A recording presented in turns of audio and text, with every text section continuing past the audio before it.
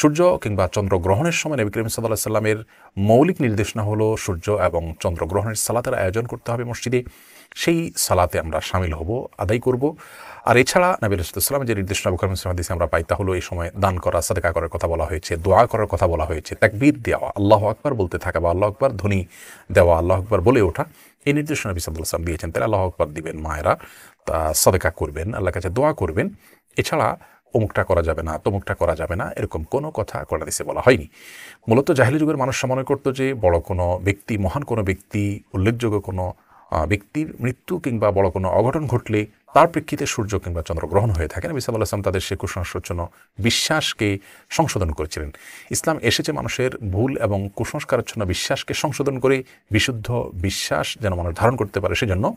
অতএব আমরা চন্দ্রগ্রহণ সূর্যগ্রহণকে ঘিরে নিজেদের বানানো বিভিন্ন কুসংস্কারাচ্ছন্ন বিশ্বাস এগুলোকে ধারণ করা থেকে আমরা বেঁচে থাকব। অনেকেই মনে করেন যে গর্ভবতী মায়েদের জন্য সূর্যগ্রহণ কিংবা চন্দ্রগ্রহণের সময় কোনো কিছু কাটাকাটি করা উচিত নয়। তরকারি, মাছ কিংবা মাংস, ফলমূল ইত্যাদি কাটা উচিত নয়। এগুলো যদি কাটেন তাহলে সেক্ষেত্রে গর্ভস্থ সন্তানের ক্ষতি হয়। এ ধারণা সম্পূর্ণ কুসংস্কারাচ্ছন্ন একটি ধারণা, ভুল বিশ্বাস।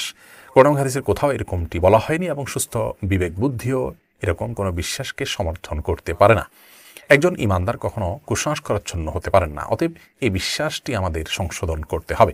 সূর্যগ্রহণের সময় অন্য স্বাভাবিক যে কোনো কাজ আমরা করতে পারি, কাটাকাটি ইত্যাদি এগুলো করতে পারি, মা বোনরাও করতে পারেন, গর্ভবতী মায়েরাও করতে পারেন, কোনো অসুবিধা নেই।